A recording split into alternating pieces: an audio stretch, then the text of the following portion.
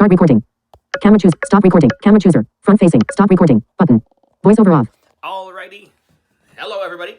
Hopefully our camera's the right way. Not that it really matters, because, as I think I probably have said before, who wants to watch some blind guy read a book? Anyway, we're on. Our camera's here. We're live from my basement, which is mercifully cooler than upstairs because it's HOT up there. One of us is too cheap to turn on our AC.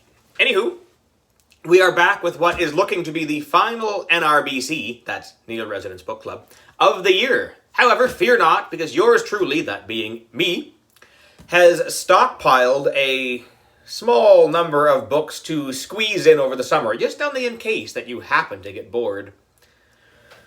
Hopefully that won't happen, because who wants to be bored? But if it does, then we are here. Fear not, mi amigos.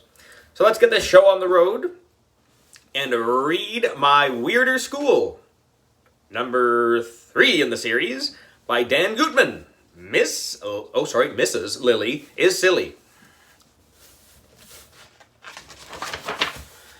Website, Harper, no one cares. Dedication to Emma. Table of Contents. Chapter 1, Career Day. Chapter 2, Mrs. Lilly has to go. Chapter 3, How to grab somebody's eyeballs.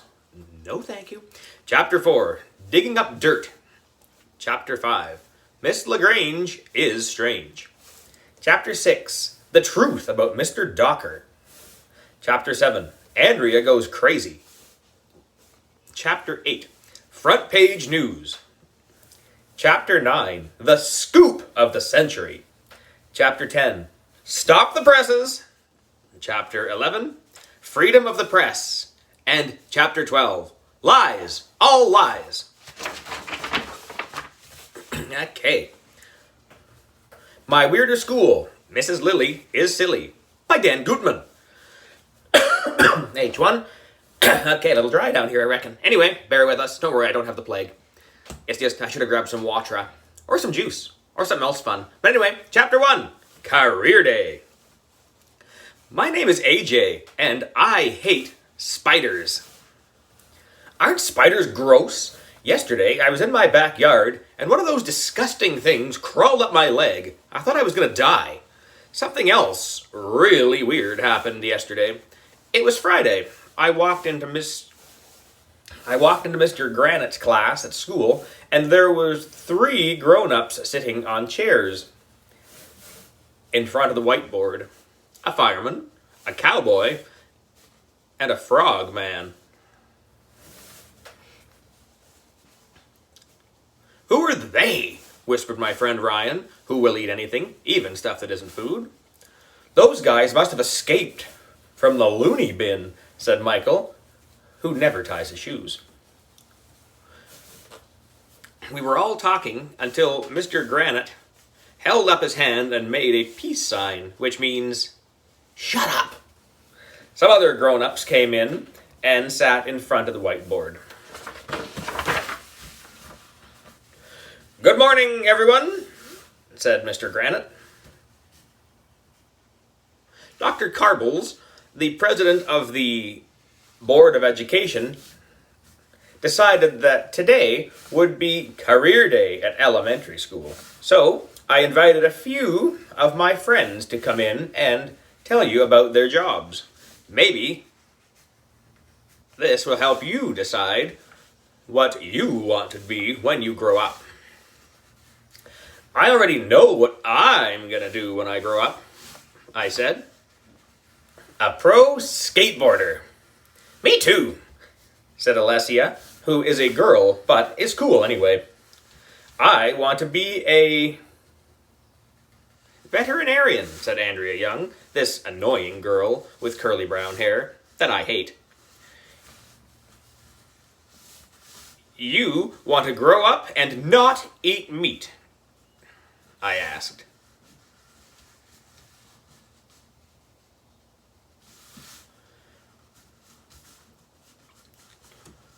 That's a vegetarian, Arlo, Andrea said, rolling her eyes. She calls me by my real name because she knows I don't like it. Why can't a truck full of vegetarians fall on her head?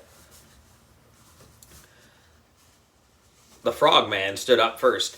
He had a mask on his face and flippers on his feet. I'm a scuba diver, he told us. I feed the fish at the aquarium, blah, blah, blah, blah, blah. He told us all about how he feeds the fish. Then the cowboy stood up. I milk the cows and groom the horses, and blah, blah, blah, blah, blah, he said. He told us what it was like to work on a ranch. Then some other guy stood up. I'm an exterminator, he said. My job is to kill bugs and blah, blah, blah, blah, blah. Grown-ups sure have weird jobs. Our next guest is a special surprise, Mr. Granite told us. Please welcome professional skateboarder Tony Eagle. Wow, that Tony Eagle is famous. He's been on TV. Me and the guys and Alessia started to clap and shout.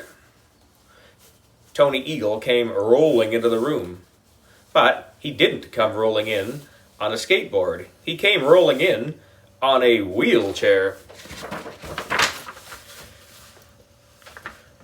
What happened to you? I asked. I broke every bone in my body, Tony told us. You must have been working on a really awesome new trick, huh? Asked Neil, who we all call the nude kid, even though he wears clothes. Nope. Were you trying to jump over a car? I asked. That's cool. Nope. What happened? Asked Ryan. I ran into a door, said Tony Eagle. Ouch!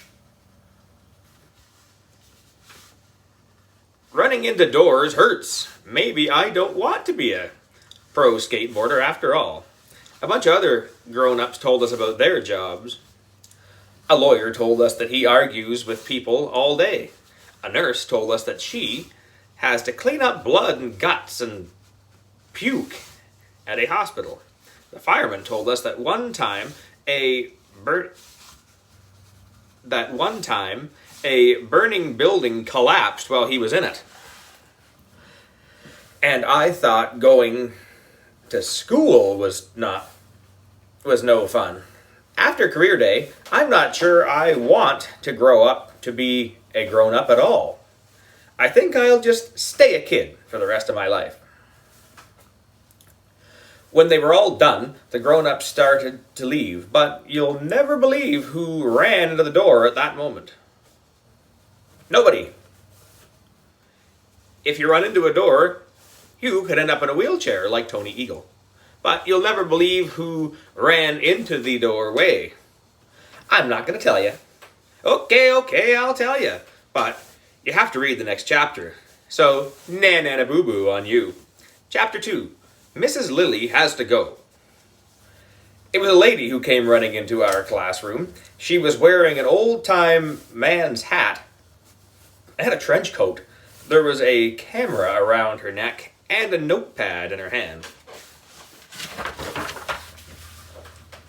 She was all out of breath. I guess a trench coat is a coat that you wear in a trench. Is career day over? She asked. Mrs. Lilly, said Mr. Granite. I recognize Mrs. Lilly. She's a reporter from our local paper, the News Tribune Bulletin Inquirer. She wrote an article about our school when a squirrel ate through a power line and all the lights went out. They put my picture in the paper and for everybody to see. My mom put it on the refrigerator. Sorry I'm late, Mrs. Lilly said. I had to write a big story about a tree. Why did you write about a tree? Asked Andrea. Yeah, why did you write about a tree? Asked Emily, who always does anything Andrea does. It fell down, said Mrs. Lilly. So what? Asked Ryan. Don't trees fall down all the time? Well, this tree landed on a house. Was anybody hurt? Asked Emily, all worried. No. Then, why is it a big story? Asked Mr. Granite. The tree fell on Mayor Hubble's house, Mrs. Lilly told us. Oh, and that's a big story? Asked Alessia. Well, it landed on the mayor's bathroom, Mrs. Lilly said, and the mayor was in the bathroom at the time. You see, a tree falling down is boring, and a tree falling down on a mayor's house is still pretty boring, but a tree falling down on the mayor's bathroom while he's on the toilet is a great human interest story. That's what I look for, human interest stories. What happened to Mayor Hubble? Asked Emily, all concerned. He had to go, said Mrs. Lilly. Of course he had to go, I said. That's why he was in the bathroom. No, said Mrs. Lilly. I mean, after he went, he had to go. How can you go right after you went? Asked Neil the nude kid. We went back and forth like that for a while until Mr. Granite interrupted. I'm terribly sorry, he said. This is all very interesting, but we have to do our math lesson now. I hate math. That's too bad, said Mrs. Lilly. I wanted to show the kids how we make the newspaper. Oh, that would be neat, said Andrea. Don't you want to learn how they make the newspaper? Yes, all the girls exclaimed. Except for Alessia. No, said all the boys and Alessia. Maybe you can come back another time to show the class to make a newspaper, suggested Mr. Granite. I have a better idea, said Mrs. Lilly. When I come back, the kids and I can make a real newspaper together. That is a wonderful idea, said Mr. Granite. Would you kids like to make a real newspaper with Mrs. Lilly? Yes, yelled all the girls except for Alessia. No, yelled all the boys and Alessia. I can see the headline now, said Mrs. Lilly. Kids make newspaper.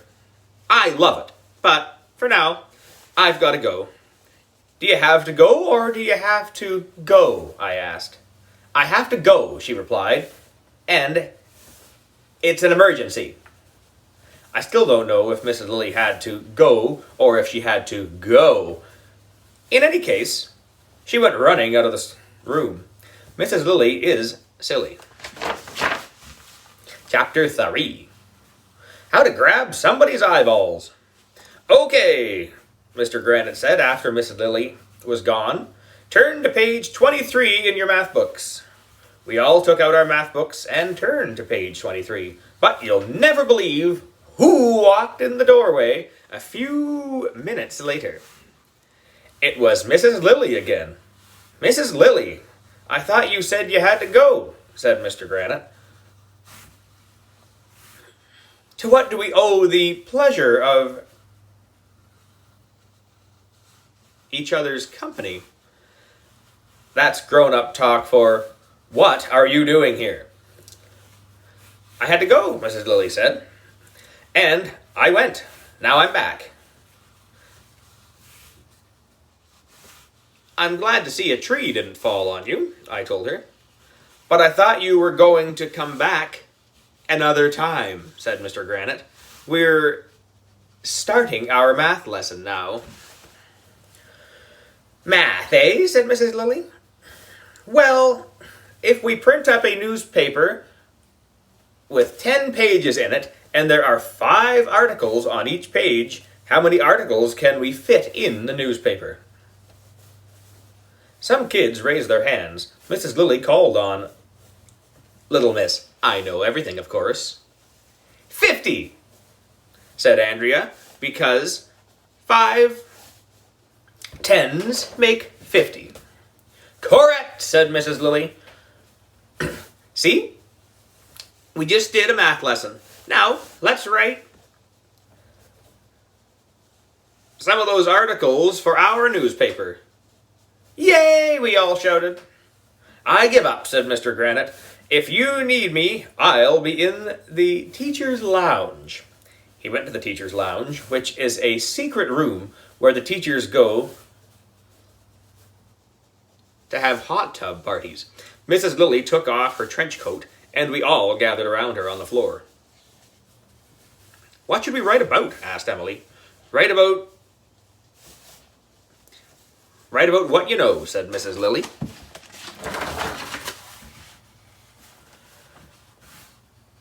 You know a lot about your school. How about we make a school newspaper? We can call it the Elementary Century. You can write the articles for it. Yay! Everybody yelled. Little Miss Annoying was already excited, and she was waving her hands around like they were on fire. I already wrote something at home, Andrea announced, pulling some papers out of her desk. Maybe we can use it in our newspaper. Could she possibly be any more boring? Only Andrea would write an article for a newspaper before she even knew we were going to make a newspaper. She held up her dumb article so we could all see it. The first page said, I love elementary school, by Brenda Myers. Who's Brenda Myers? Asked Alessia. That's my pen name, said Andrea. You name your pens? I asked. That's weird. Andrea rolled her eyes, and then she read her article out loud. It was all about how our school was built in 1961, and it was named after a teacher named Elementary. Then, it went on to talk about a bunch of other really boring stuff, like the history of the school. I thought I was gonna die from boredom. When the torture was over, Andrea looked up at Mrs. Lilly, waiting for her to say how wonderful that dumb article was. What a brown-noser. But that's when the most amazing thing in the history of the world happened. Mrs. Lilly dropped Andrea's article into the garbage can. That was terrible, she said. Oh, snap, said Ryan. Well, Andrea looked like she was going to explode. I don't think a grown-up ever said anything like that to her. Ha ha, na boo boo on Andrea. In her face. It was the greatest moment of my life. The elementary century needs to reach out and grab the reader's eyeballs, Mrs. Lilly told us. Ouch, I said. I don't want anybody touching my eyeballs. What I mean is that the newspapers have to compete with the internet, TV, video games, Mrs. Lilly told us. Our paper needs to have exciting stories.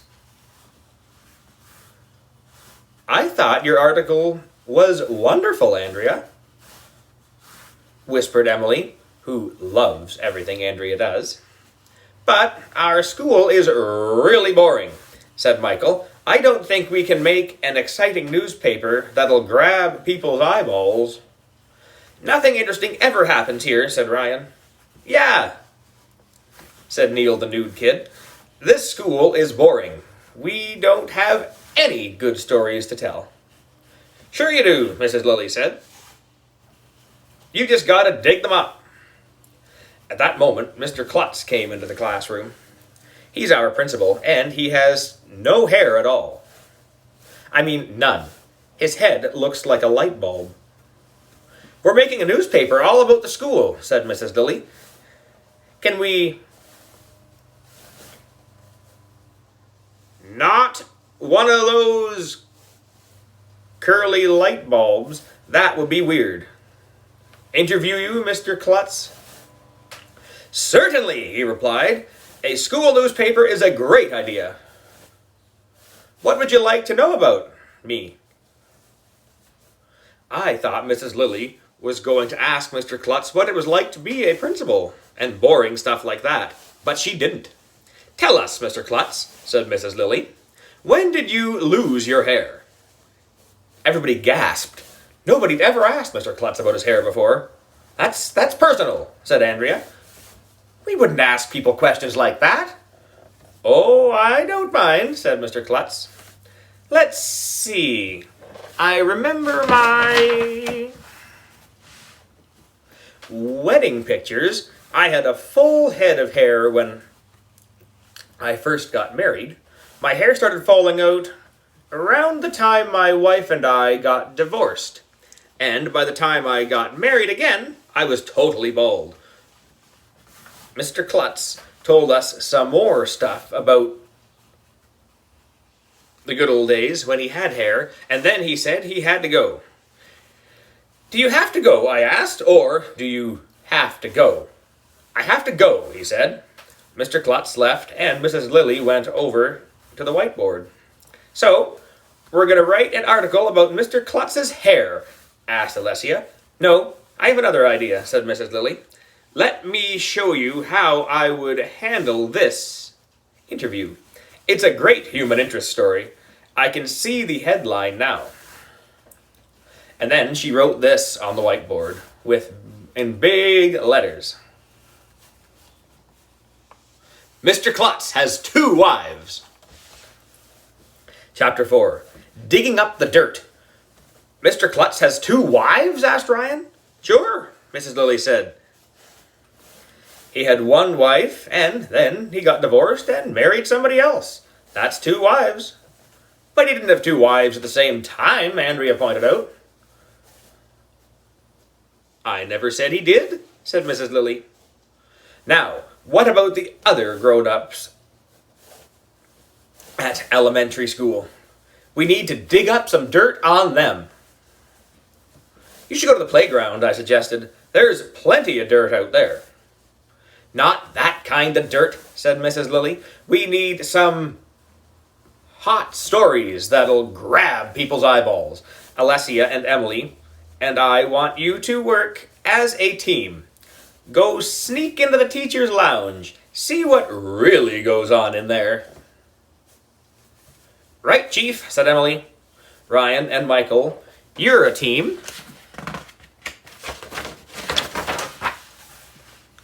2, said Mrs. Lilly. Go through all the garbage cans in the school. Find out if any teacher threw away anything interesting. We're on it, said Michael. Neil, said Mrs. Lilly, I want you to put a tail on Mr. Mackey, the reading specialist. Why? Asked Neil. People don't have tails. Not that kind of tail, Mrs. Lilly said. I want you to follow Mr. Mackey around. See where he goes. See who he talks to. Then report back to me. Got it, Chief, said Neil. AJ and Andrea, you're a team, said Mrs. Lilly. Ooh, said Ryan. AJ and Andrea are a team. They must be in love. When are you going to get married? Michael asked. If those guys weren't my best friends, I would hate them. I want you to interview as many teachers as you can, Mrs. Lilly told Andrea and me. Bring back some scoops. Why do you need scoops? I asked. Did your dog go to the bathroom? Not those kind of scoops, Mrs. Lilly shouted. Scoops are stories. Arlo, Andrea said, rolling her eyes again. I knew that, I said. Dig up some secrets, said Mrs. Lilly. Get some information nobody else knows. You all have 1 hour. After that, report back here, and we'll put the elementary century together on the computers. I can't wait to see how we make out. Ew, disgusting, we all shouted. Mrs. Lilly said, make out. What if we don't find any secrets? Michael asked. Everybody has secrets, Mrs. Lilly said. Go out there and find them.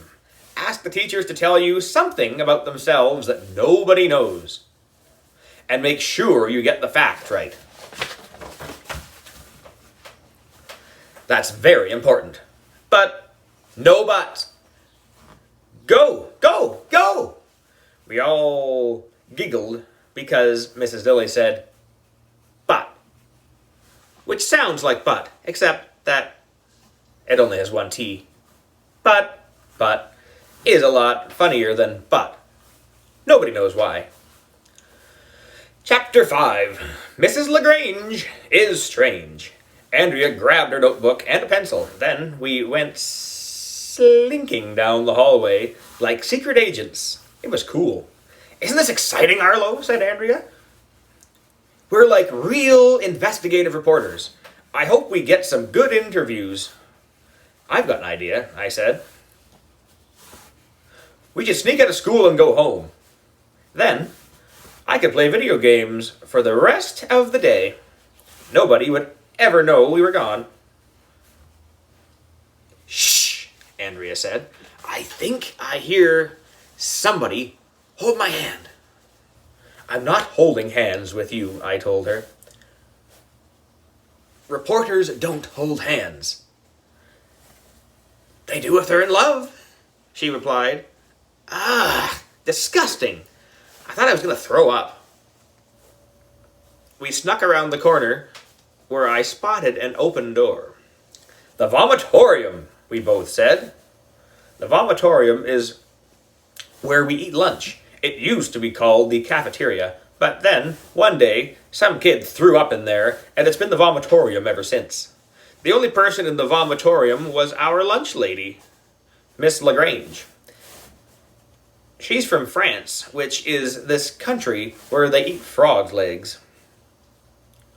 Bonjour, said Miss Lagrange. That's France talk for hello. Lunch will not be ready for an hour. What can I do for you kids? Andrea got her pad and pencil ready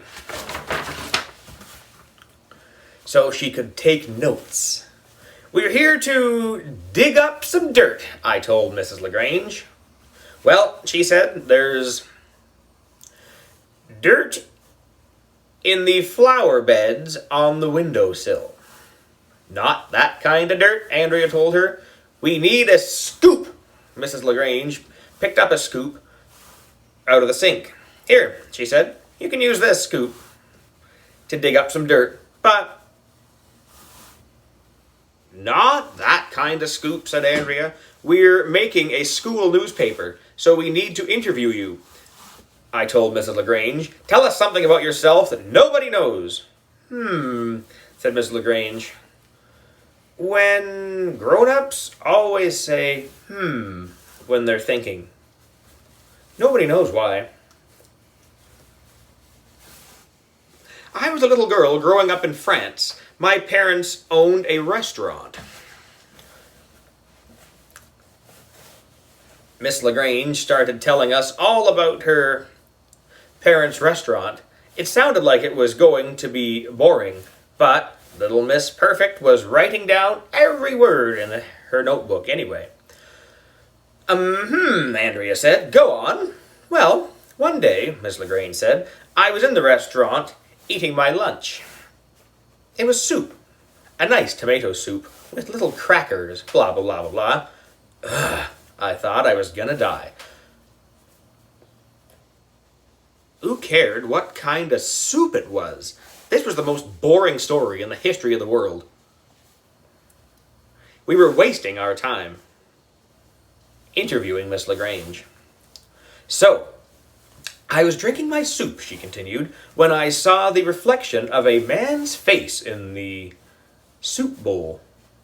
So, I asked, bored, and do you know whose reflection it was in the soup? She asked. Who? Asked Andrea. Elvis Presley, said Miss Lagrange.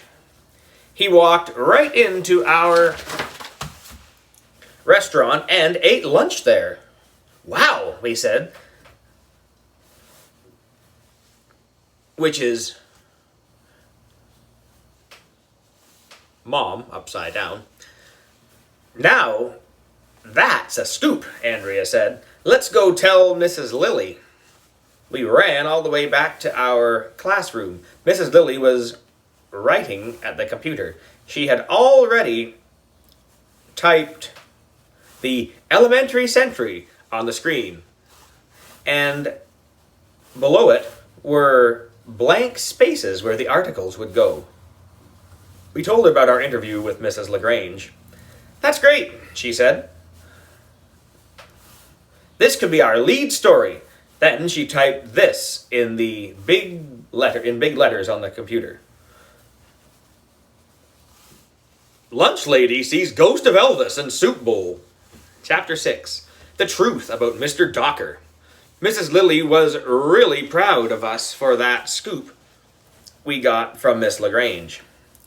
Great work, you two, she said. Now, go out there and get another story like this one.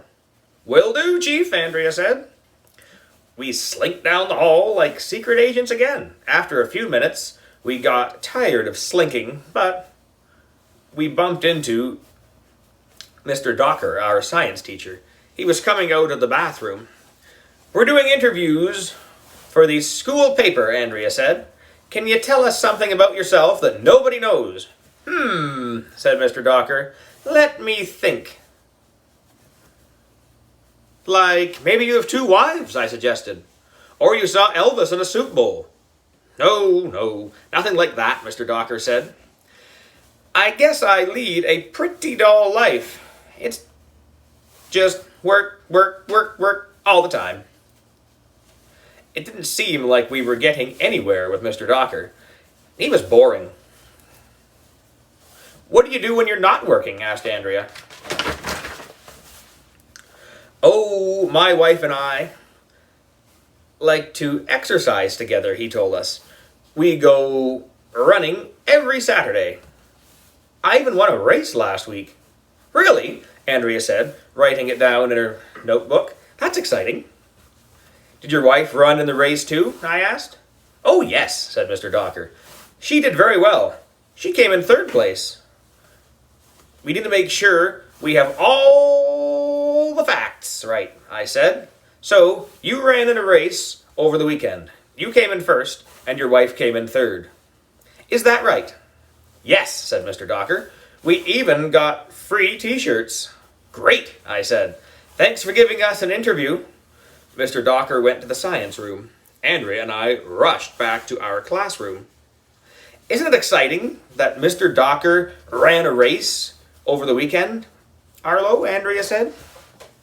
This is going to make a great article for that paper. No, it won't, I said. That story's boring. I got a better story to write.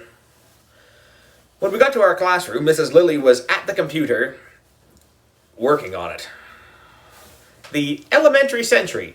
I told her we had another big scoop and said it would be okay if I typed the headline on the computer by myself.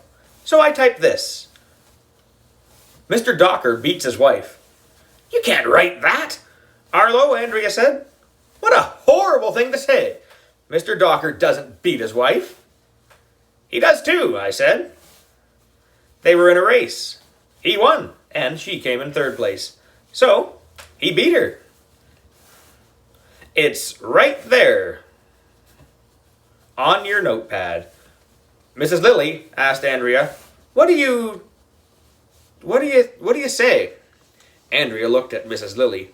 Mrs. Lilly looked at me. I looked at Mrs. Lilly.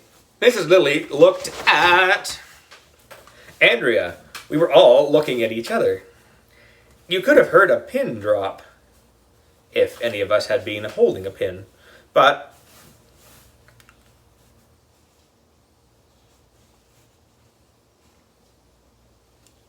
no one had brought any pins to school, so that was the end of that. That would be weird. This is front page news, Mrs. Lilly finally said. Great job, AJ. You are a natural reporter. Thank you, I said. I looked at Andrea and stuck out my tongue. Chapter 7. Andrea goes crazy. When Miss Lilly told me I was a natural reporter, Andrea's face got all red. I don't think a grown-up ever said that another kid was better than her at anything.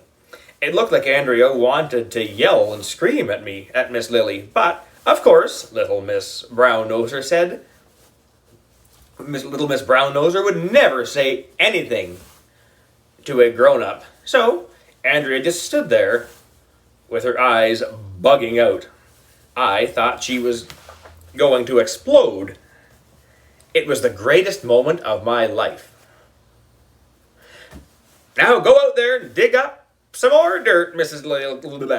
Lilly told us. We only have half an hour left. Andrea and I went out into the hallway again. She was all mad, stomping around and shaking her fist and making a mean face at me. Anything you can do, I can do better, Arlo, she said. I'll show you who's a natural reporter. Sheesh, I said. Take a chill pill. We wandered around the halls for a while until we saw Mrs. Yonkers in the computer room. She was by herself, so it must have been her free period. Andrea marched over to Mrs. Yonkers and asked her to tell us the most exciting thing that she had ever happened to her. Oh, I'm not a very exciting person, I'm sorry to say, said Mrs. Yonkers. I take my son to swimming practice. I go grocery shopping. And on the weekend, we have barbecues in the backyard. You say you have barbecues in your backyard? Asked Andrea, writing down every word. Sure, almost every week, said Mrs. Yonkers. It's fun. Great, Andrea said. Let's go, Arlo. Having a barbecue in the backyard didn't sound like much of a scoop to me, but when we went out into the hallway, Andrea wrote this in her notebook. Mrs. Yonkers sets fires for fun. She doesn't set fires for fun, I told Andrea. That's what she said, Andrea insisted. I have it right here in my notebook. You're not the only natural reporter around here, Arlo. I can dig up dirt too. This is a great human interest story. Whatever, I said. We saw our vice principal, Mrs. Jaffe, coming down the hall, and Andrea ran over to her. We're writing articles for the paper, she said. Mrs. Jaffe, what's the worst thing that ever happened to you? Said Mrs. Jaffe. I had a sad childhood. My family was very poor. There were even rats in our house. It was so bad we had to use poison to get rid of them. Great, said Andrea, writing in her notebook. When Mrs. Jaffe left, I looked what Andrea had written. Vice principal lived with rats. But then Andrea crossed that out with her pencil. I've got a better idea, she said. And then she wrote this. Vice principal poisons defenseless animals. Andrea had this weird look in her eyes, like crazy people do in the movies. It was kind of scary. That's when the school security guard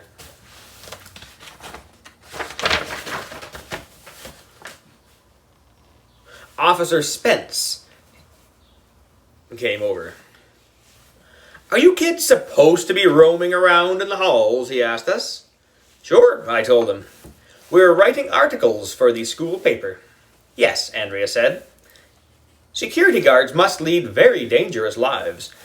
Can you tell us about a time that you beat up a bad guy? Or something else exciting like that?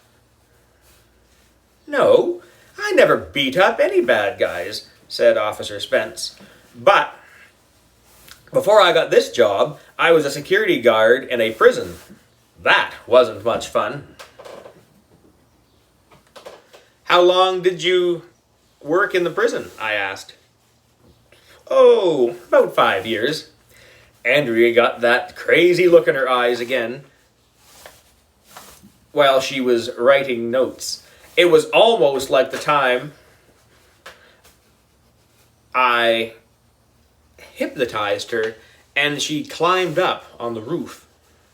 When Officer Spence walked away, she showed me what she had written in her notebook. Officer Spence was in jail for 5 years. He was not, I told Andrea. He was too, she insisted. I have it right here, in my notes. We went back and forth like that for a while. Andrea was getting out of control. After that, we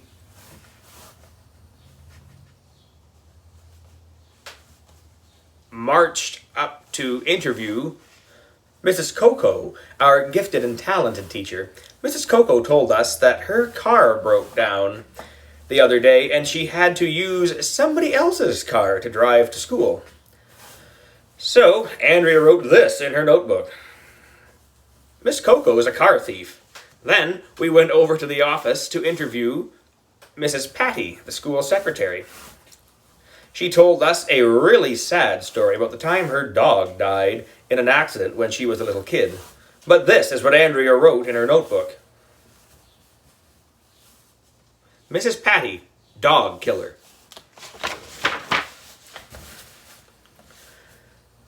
I slapped my head. I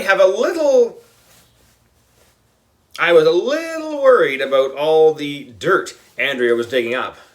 I'm not sure we should put those articles in the paper, I told her, as we walked back to our classroom. We might get into big trouble.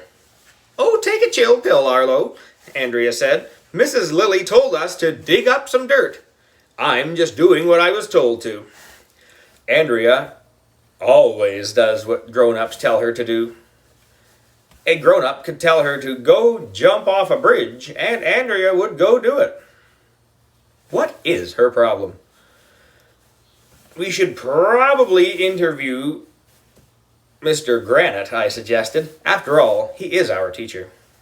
We don't need to interview Mr. Granite, Andrea said. I know exactly what to write about him. She wrote this in her notebook. Third grade teacher is an illegal alien. Well, at least that one was true. Mr. Granite is from another planet. Chapter 8. Front page news. Andrea and I did a bunch of interviews with the grown-ups from our school. When we got back to the classroom, Ryan was the only other kid who was there. He said that he and Michael didn't find anything interesting when they were going through the garbage can, so they decided to split up and work separately. Andrea was all proud of herself for digging up dirt, and she showed Mrs. Lilly her notebook. Miss Yonkers sets fires for fun? Vice Principal poisoned defenseless animals? Officer Spence was in jail for 5 years. Miss Coco is a car thief. Mrs. Patty, dog killer. Third grade teacher is an illegal alien. Those are terrific stories, Andrea, Mrs. Lilly told her. You and AJ make a great team. Ooh, Ryan said. AJ and Andrea make a great team. They must be in love. Andrea said she took a typing class in school. Of course she did.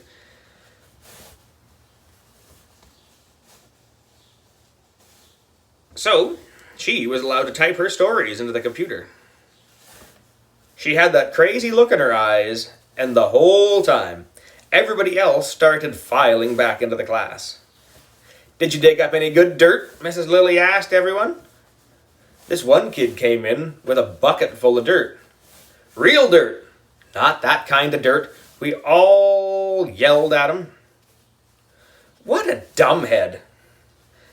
They didn't actually come into class holding files. My dad has a file in his workshop down in the basement, but it'd be weird to bring a file like that to class. Neil the nude kid came running into the classroom. He looked all excited.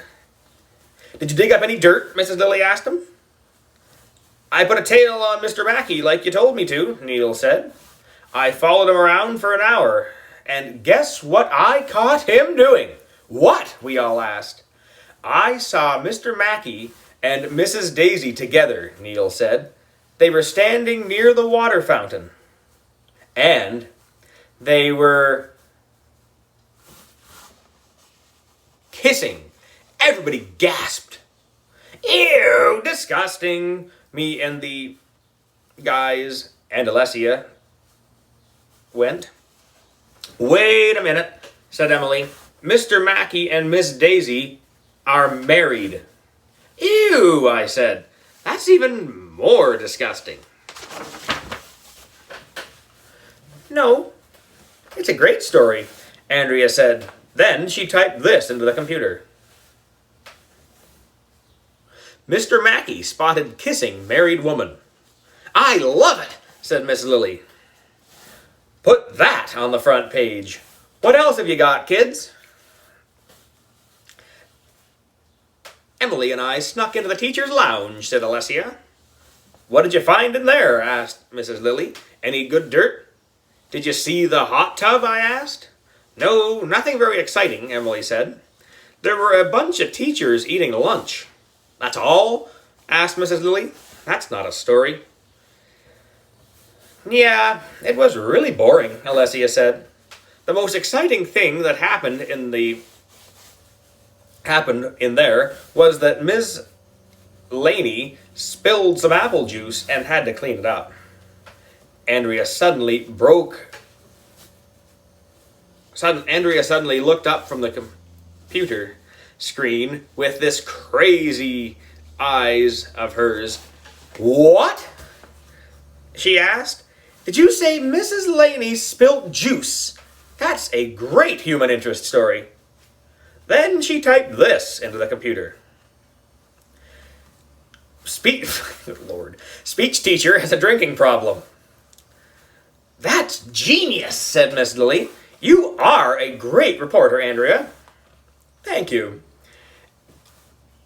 Andrea had a big, crazy-eyed smile on her face, like she had just won the Nobel Prize or something. She loves it when grown-ups tell her how wonderful she is. Hey, Neil the nude kid suddenly said. Where's Michael? We all looked around. Everybody was back in the classroom, except for Michael. Yes, where is Michael? Asked Mrs. Lilly. The last time I saw him, Ryan said, he was climbing into the dumpster in the playground.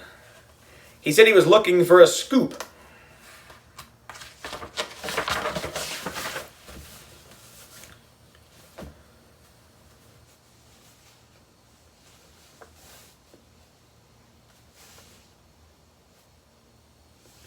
For the record, the Nobel Prize is a prize they give out for people who don't have bells.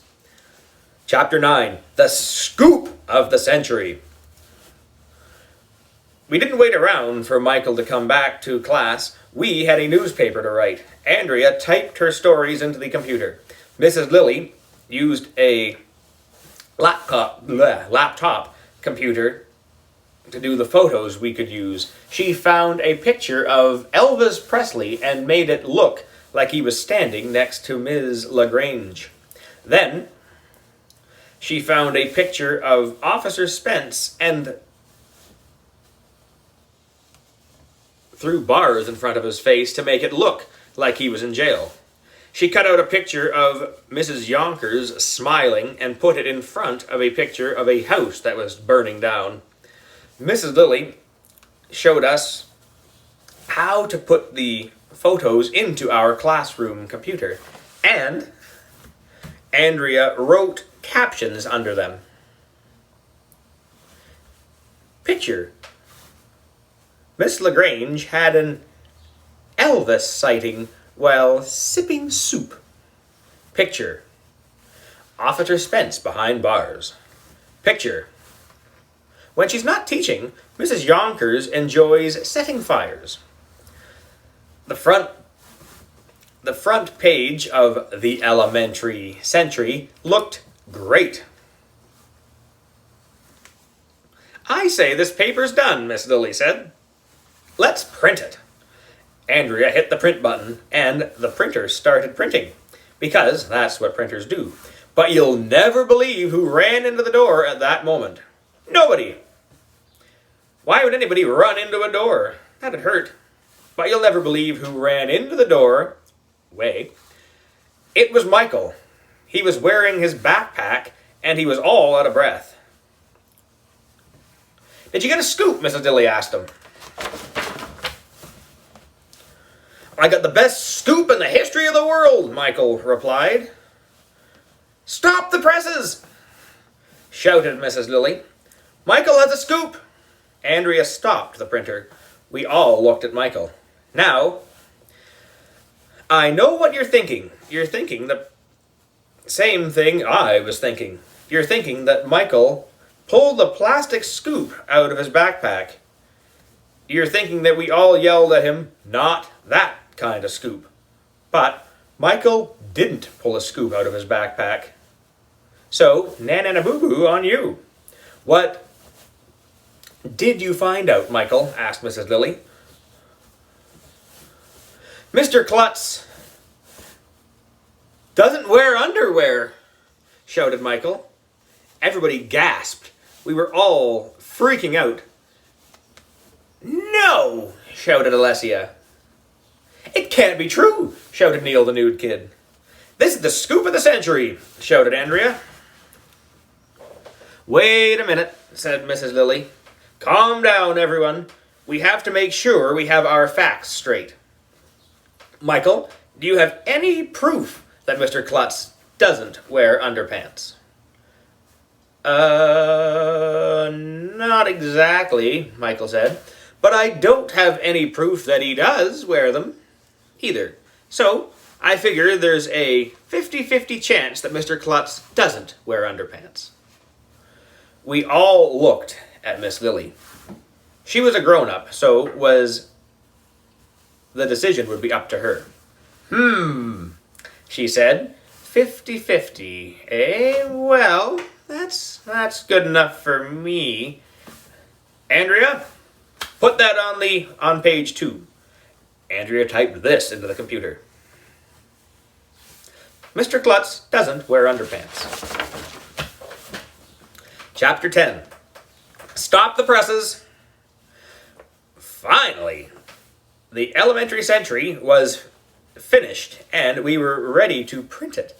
Mrs. Lilly told us we had all done a great job. Can I print some extra copies so we can take the newspaper home and show them to our parents? Asked Andrea. Of course, said Mrs. Lilly. We'll print a copy for everyone in the class. Andrea hit the print button again, and the printer started printing. A bunch of copies of the Elementary Century. But you'll never believe in 1,100,000 years who came walking into the door at that moment. Nobody. It'd hurt if you walked into a door. I thought you'd know that by now. But you'll never believe who poked his head in the door. Nobody. Why would anybody poke their head through a door? That would hurt too. But you'll never believe who came walking into our classroom. It was Mr. Klutz. I just wanted to see how you kids were making out, he said. Ew, disgusting, we all shouted. We're not making out. No, I mean, how is your newspaper going? Asked Mr. Klutz. See for yourself, Mrs. Lilly said, as she took a copy off the printer and handed it to Mr. Klutz. As he read the front page of our paper, his eyes bugged out of his head. His mouth dropped open. He was white as a ghost. "Are you okay, Mr. Klutz?" I asked him. Stop the presses!" he yelled. "Officer Spence was in jail? Miss Yonkers sets buildings on fire. Mr. Docker beats his wife. Miss Patty kills dogs? You can't print this stuff." "Why not?" asked Mrs. Lilly. "These are great human interest stories."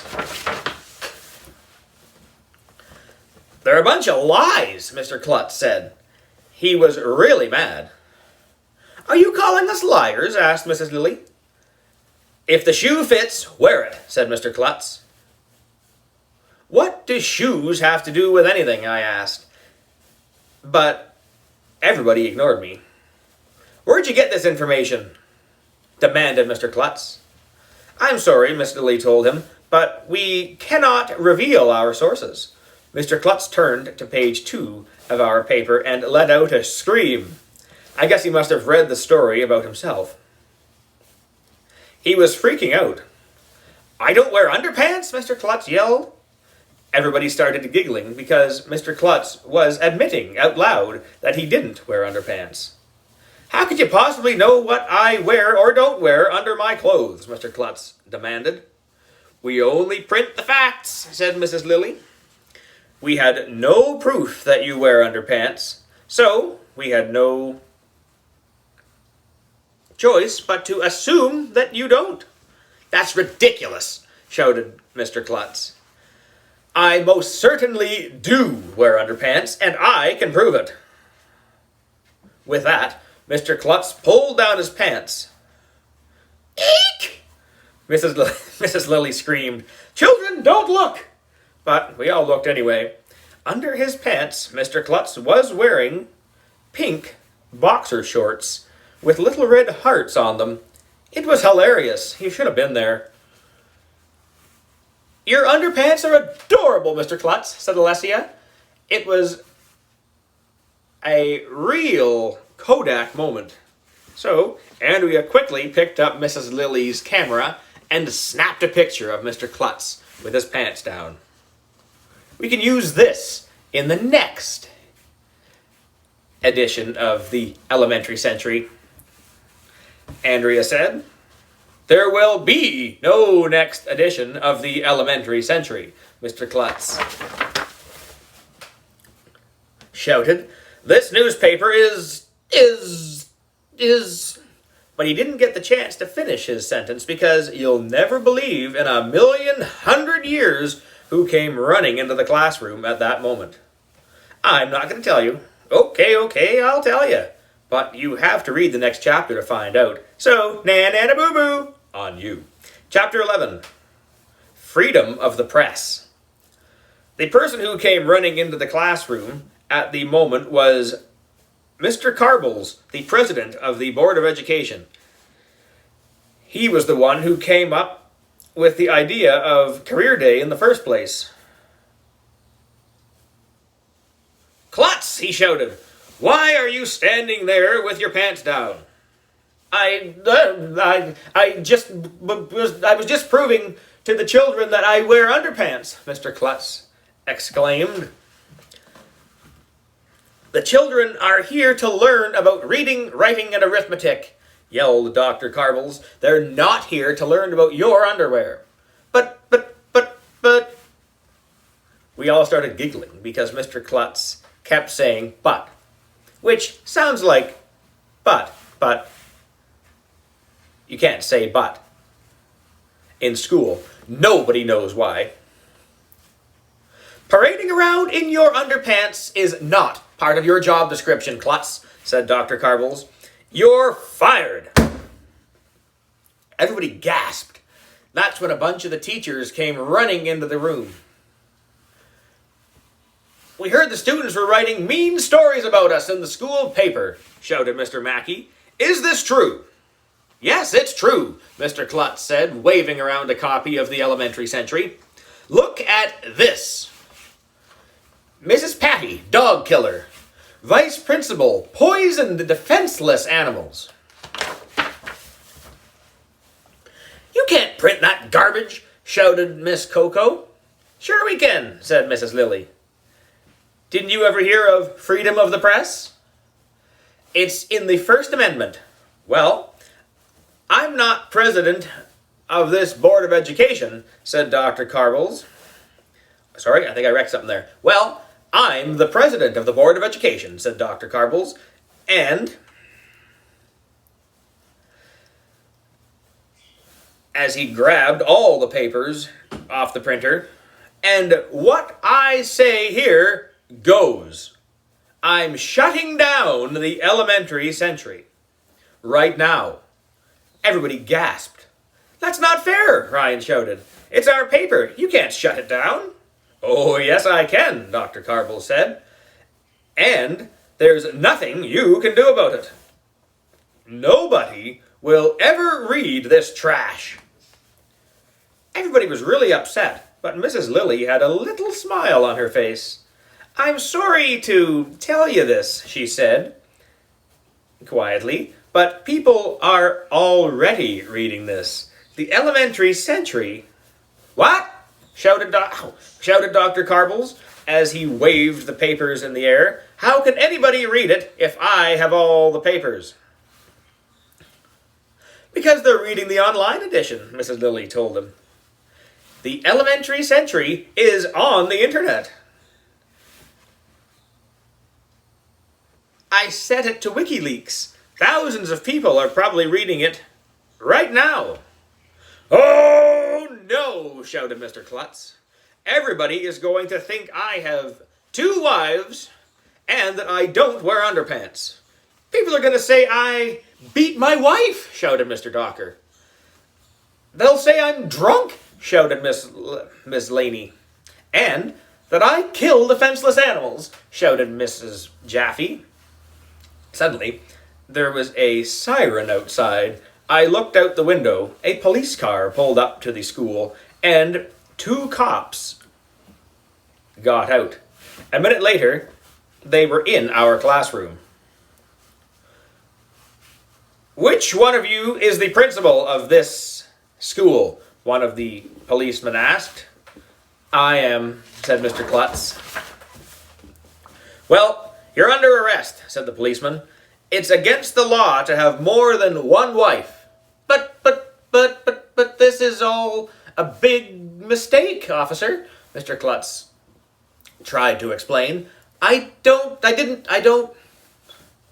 You have the right to remain silent, interrupted the policeman, as he got out a pair of handcuffs. So, be quiet, and pull your pants up. The policeman handcuffed Mr. Klutz and led him away. The other policeman took a pad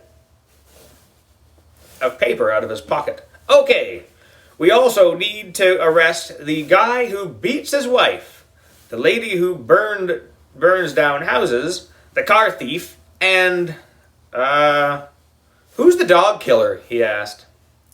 That would be me, said Mrs. Patty, raising her hand. The guy who kisses married women can stay, said the policeman, and so can the illegal alien and the lady who thinks she sees Elvis in the soup bowls. But we're keeping an eye on you 3. He put handcuffs on Mr. Docker, Mrs. Yonkers, and Miss Coco, and Miss Patty. Then he led them all out the doorway. It was cool. We got to see it live and in person. Nobody said anything for a while after the police car drove away. Then Mrs. Lilly stood up and put her trench coat on.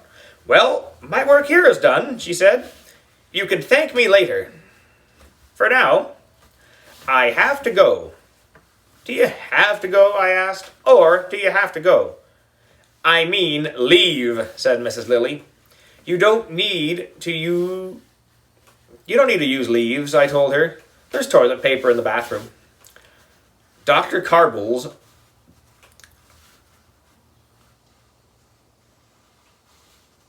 and just about all the other grown-ups left the classroom after that. The only one who was still there was Mr. Granite. "Okay," said Mr. Granite, "maybe we can finally do our math lesson. Turn to page 23 in our..." He never got the chance to finish his sentence because, at that moment, a loud bell rang.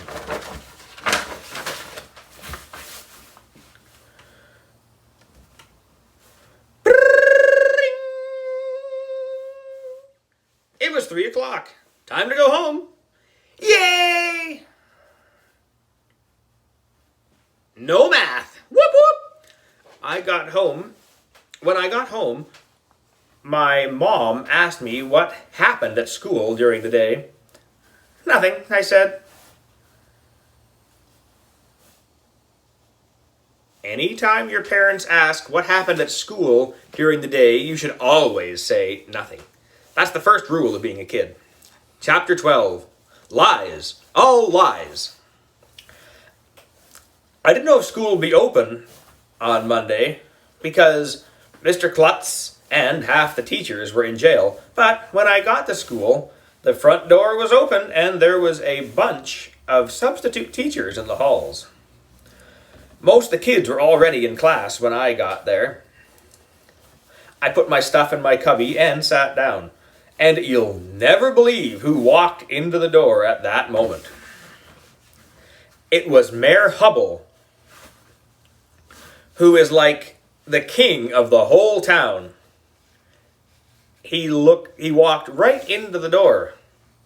"Ouch," Mayor Hubble said. "That hurts."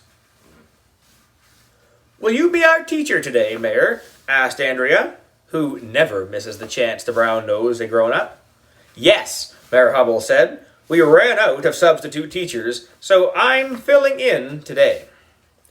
But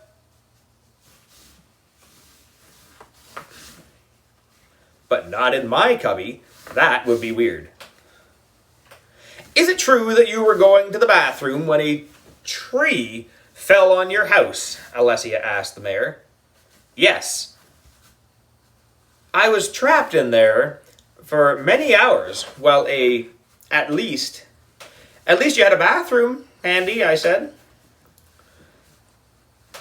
The mayor opened up his briefcase and pulled out some papers. He passed one to each of us. "The teachers were interviewed by you kids," Mayor Hubble said. "Over the weekend, they made a little newspaper just like yours. I thought you might want to look at it."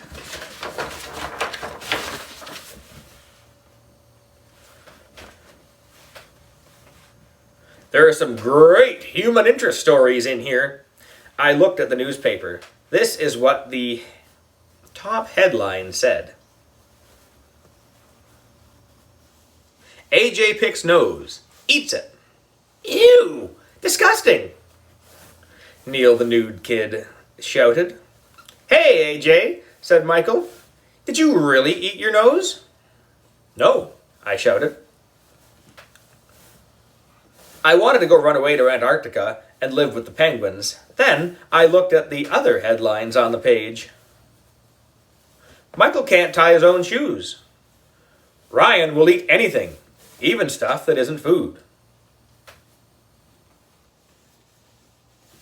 Under his clothes, Neil is nude.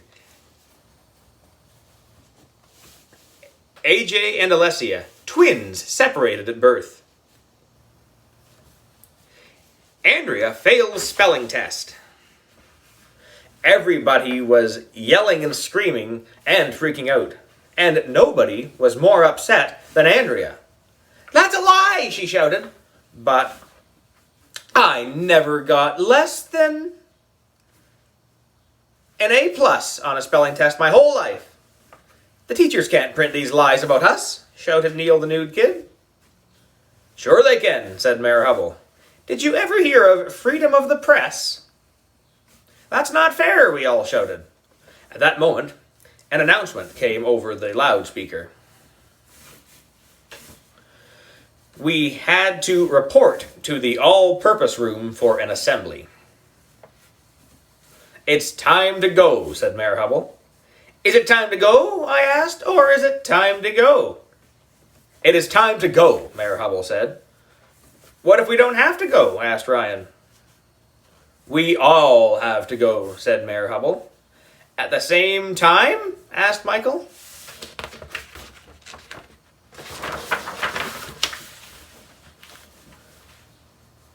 I don't have to go, I said. Me neither, said Alessia. I just went a few minutes ago, said Emily. I'll go later, said Neil the nude kid. Well, that's pretty much the way it happened. Maybe the teachers will get out of jail soon. Maybe we'll publish another edition of the Elementary Century. Maybe Miss Lilly will stop grabbing people's eyeballs. Maybe Tony Eagle will stop running into doors. Maybe they'll get the tree out of Mayor Hubble's bathroom. Maybe Andrea will explode. Maybe Mr. Klutz will stop pulling his pants down in school. Maybe we'll all get invited to one of Ms. Yonkers' barbecues. Maybe Mr. Mackey will stop kissing his wife in public. Maybe everybody will stop having to go all the time. Maybe we'll finally get this to page 23 in our math books. But it won't be easy. The end. And just like that, we've done it. Hopefully you enjoyed this round, and we will see you next time, most likely sometime throughout the summer. We got a few more My Weirder Schools, thanks to the librarian du jour, Ms. Rudder, who has moved on to some kind of other pastures. There's no way they're as green as ours, because who's better than us at worms? Nobody! But hopefully she does well wherever she goes, and that all's well with the world. Have yourselves a great summer. Stay tuned to the NRBC, and we'll see you all in September. BYE. Voiceover on. YouTube. Back. Camera chooser. Stop recording.